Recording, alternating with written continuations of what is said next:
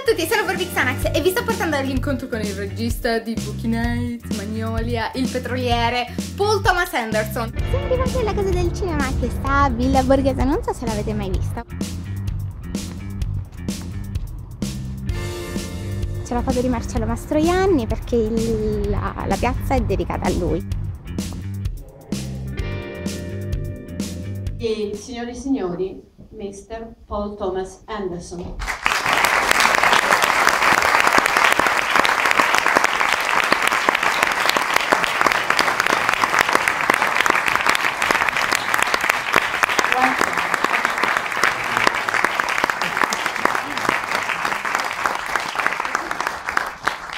Settimo film, e per caso per questo film scelto di adattare il settimo romanzo di Thomas Pynchon. Il 7 è un numero ricorrente, adesso lo dico tanto per scaldare un po', ma poi passerò alla domanda. Il 7 è un numero ricorrente, è nato nel 1970, esattamente l'anno in cui si svolge in Weiss, e è anche l'unico che ricordo stando un po' di caos a Hollywood. Is that true? I should go to the races, you know, and bet on the number 7 horse in the 7th race. Like, you know, that's I don't know. I believe in that stuff a little bit. When you say it, it sounds real to me. Very authentic. È veramente un romanzo difficile, molto difficile da adattare. Vuole sapere come ci ha lavorato, ma anche perché proprio Vizio di Forma, perché proprio questo romanzo di Pynchon. Che cosa?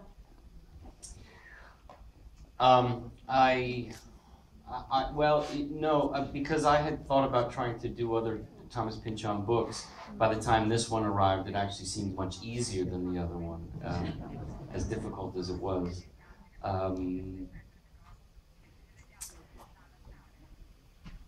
I like the idea that it was his most recent book, that it was, here's a writer who's in his late 70s and is still looking back at a time that was obviously very important to him, and it seemed very possible to do. As difficult as it was, it seemed like a good, fertile ground for a story.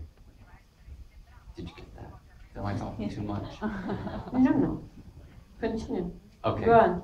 Right, good. So, how did you work on this book? Well, you know, honestly, I just took the book and I got a cookbook holder, you know, that opens up, and I typed it all out as a script, because that was the only way I could figure out how to do it. I didn't, you know, when I first read a Thomas Pynchon book, to me everything is important and nothing can go.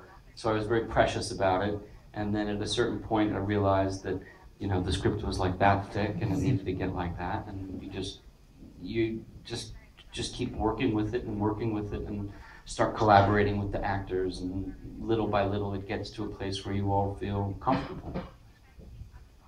E Thomas Pynchon, l'ha sentito? Ci ha parlato? Thomas Pynchon, come sapete, non lo vede nessuno, ma... Nobody sees Thomas Pynchon. Nobody. Not you? Me? No. We have to just leave it how it is, I think, which is that he's decided that he doesn't want his photograph taken, he doesn't want to do interviews, he only wants the work to speak for itself, which is a very respectable thing, and I have so much respect for that, that's just how it should be. It's a wonderful way to work, I think. Like, directors should never talk, you know, they just end up saying stupid things. Allora non è vera la storia che c'è un cameo di Thomas Pynchon nel film? No, that's just a story. Sure. Any confusion that you put out there about Thomas Pynchon is good. You know? Allora, avrei ancora una cosa da chiedere prima di scatenare il pubblico. L'ultima, diciamo, il film si chiude su una frase, scusate, sento solo la traduzione in inglese, quindi, si chiude su una frase: siamo sott'acqua, we are underwater, alone underwater. Io ho l'impressione che lei abbia girato il film come se fosse sott'acqua, anche da un punto di vista del lavoro di fotografia. È solo una mia impressione oppure è quello che voleva? Come se fosse un po' fumato, diciamo, ecco, per il film. Yeah, you know, I love that, the way that you described that, and I can't say that it was something that I intended or I thought about, but I love that description. I think if you've ever spent enough time at the beach, you know, people that normally live by the beach are people like Doc. Sometimes they kind of, or sometimes my kids go to sleep and they have a wave machine. They put on a wave machine and it kind of lulls them. It makes them feel very calm, and maybe that explains it. You know, there's something. People that live at the beach live at a different rhythm than people that live in the city. Maybe that has to do with it. But I like the way you described it. Si dice, i suoi attori intervistati descrivono così il suo lavoro, il set. È un caos organizzato. Allora io vorrei sapere davvero qual è la prima cosa che fa lei quando arriva sul set la mattina e se questo caos organizzato, questa descrizione corrisponde proprio al suo modo di lavorare. Well, not to me. It all feels very. Well, the first thing that I do. Normally, we've talked a little bit about what a scene might be, and we show up at the morning, and you know, a lot of it is led by Joaquin. You know, he's the character in the scene, and you see what he wants to do, or where he might go, or where he might sit or stand, or what's going to happen, and you rehearse it, and inevitably sometimes you shoot something and it doesn't feel good, so then you shoot it again, and maybe we don't work exactly how other people work, but it's never really chaotic. Maybe it is. Joanne might disagree. She's the producer of the movie. So, unpredictable, maybe. Spontaneous. There's all kinds of, there's prettier words to describe it, you know, other than chaos. I always thought chaos is like apocalypse now or something like that. That's chaos. You know? This is just a bunch of hippies in a room. You know? Ma a proposito di hippie, scusate davvero è l'ultima mia, ma a proposito di hippie, c'era qualcosa, lei ha raccontato tutte le tribù americane e tante epoche americane, più raramente il presente. Che cosa esattamente le interessa di quest'epoca, l'epoca hippie, che poi è la fine dell'epoca hippie nel suo film? È l'epoca dopo Charlie Manson. Yeah. La affascina quell'epoca o no? I was not particularly fascinated with it too much before I read the book. I'm more fascinated by other periods that naturally might, you know, have music or fashion or something like that that's interesting to me. But this one became more interesting after I read the book. But the idea of films or stories that are set in transitional periods is always usually pretty good. You know, usually there's something interesting going on, where something is ending, or some dream has been diminished. That usually you can get good stories out of that thing that happens. Yeah. I've talked about this before. Is that when I was growing up, when you would hear your parents or somebody moan about the 60s, it was irritating because it was your parents moaning about something. But reading the book or thinking a little bit more about it or researching it more helped me understand what they were moaning about, which was a kind of loss of a certain kind of innocence or a kind of a dream that they had, a hippie dream that they had that never really came true.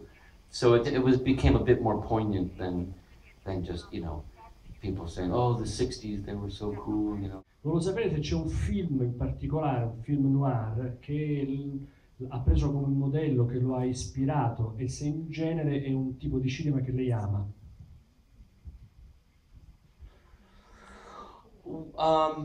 All of them, you know, there's never one of those movies that I met that I didn't like. I mean, there's some that are better than others.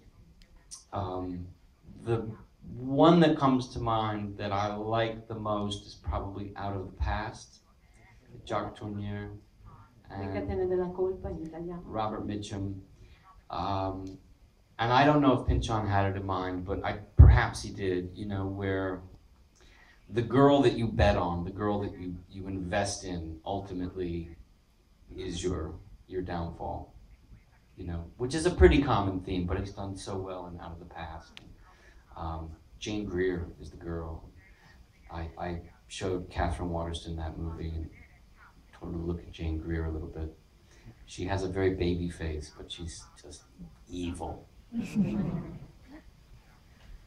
Ci sono... Volevo sapere se c'è un film in particolare, un film noir, che ha preso come modello, che lo ha ispirato, e se in genere è un tipo di cinema che lei ama.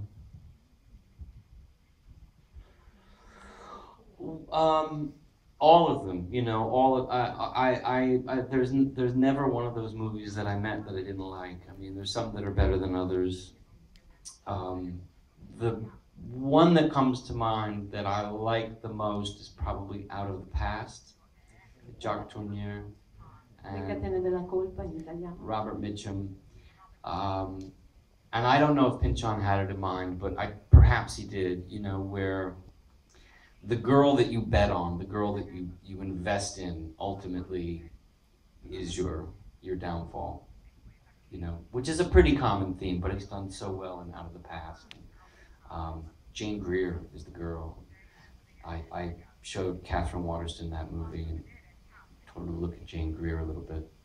She has a very baby face, but it's just like that. I think when you have a kind of a story that's that complicated, that has all these different people coming into it, sometimes it's nice to have a familiar face who's going to give you some information, or maybe they bring a certain thing to it. Martin Short is this great comedic actor, and you know, every time the elevator door opens where he shows up, people laugh. He hasn't said anything, they just see him and they start to laugh, and that's good. So there are things like that, and but at the same time, the people that you have never seen before have value too. You know, they're a mystery to you maybe, and so yeah, just long discussions about going through and how to kind of populate the movie with people that might be inviting to an audience or bring a certain thing to it, but at the same time bringing faces to it that are new and mysterious, and like Catherine, for instance, or Hong Chow, who plays Jade. So yeah, there's just so many parts. It was important to kind of anchor some things to an audience for somebody they might know as well. Tra l'altro c'è una voce fuori campo femminile in questo film, che è diciamo la narrazione del film, e ci sono apparentemente più figure femminili che nei suoi film precedenti. Volevo sapere se c'è una specie di pentimento dopo tutti questi uomini di The Master, o se c'è una sua svolta. No, I was trying to repent for sure. The fact that I think that there will be blood we made, and there's no women at all in that movie, and The Master has a few. And when this book showed up, because there was so many great parts for all these girls, it was certainly an opportunity to say, man, won't it be great to get some girls back in our film again? And you know, I think that also too, that there's an old joke that and I've said this a million times to repeat myself, but the old joke about a private eye story only exists so that you can get the private eye to flirt with the next girl, you know, and I kind of read that and I thought that's a great idea. It's all, I like working with the same people over and over again, and it's a great, you know, when you get back together and you have a shorthand and you know how to talk about things, and it's like a family, you know, so you kind of argue like a family, and you get grumpy with each other like a family, but at its best, you're bringing something out of each other that doesn't exist when you're not working together. And you know just what to say to the other person to rile them up, or to feed them, and that happens in both ways. That's a great thing when you're working, you know. It's a very after this much time, it's a very lucky place to be. E la stessa cosa, volevo collegarmi a questo, ai collaboratori, sulla questione musicale. Più che parlare di Johnny Greenwood, volevo capire, lei usa la musica in maniera veramente importante, perché la musica c'è sempre, spesso continua su tutte le sequenze, tutte le scene. Perché fa questo e quanto è importante la musica proprio rispetto all'immagine, rispetto al film? Well, yeah, I mean, it's hugely important. Johnny is the first person to see the movie as we go along. You know, he reads the script, and so he has ideas, and there are certain things that we've talked about beforehand. But he responds very instantly to the things that I send him as we go along. Maybe send like 10 minutes, but send in order, like the first 10 minutes, the next 20 minutes, 30 minutes, and so on. And usually I'll tell him where I think music should begin or where it should end, but that's also kind of movable, and that changes a little bit. He's usually arguing for less music, and I'm usually arguing for more music. And the movies that I like, Treasure of Sierra Madre, anything by John Huston, anything by Ernst Lubitsch, anything by Billy Wilder, you know, those kinds of things. Classic Hollywood movies are the ones that I really, really love, and I watch the most. You know. And Hitchcock. Hitchcock, yeah, but not all of Hitchcock, you know. I like Rebecca, and I like Notorious, and I like Vertigo.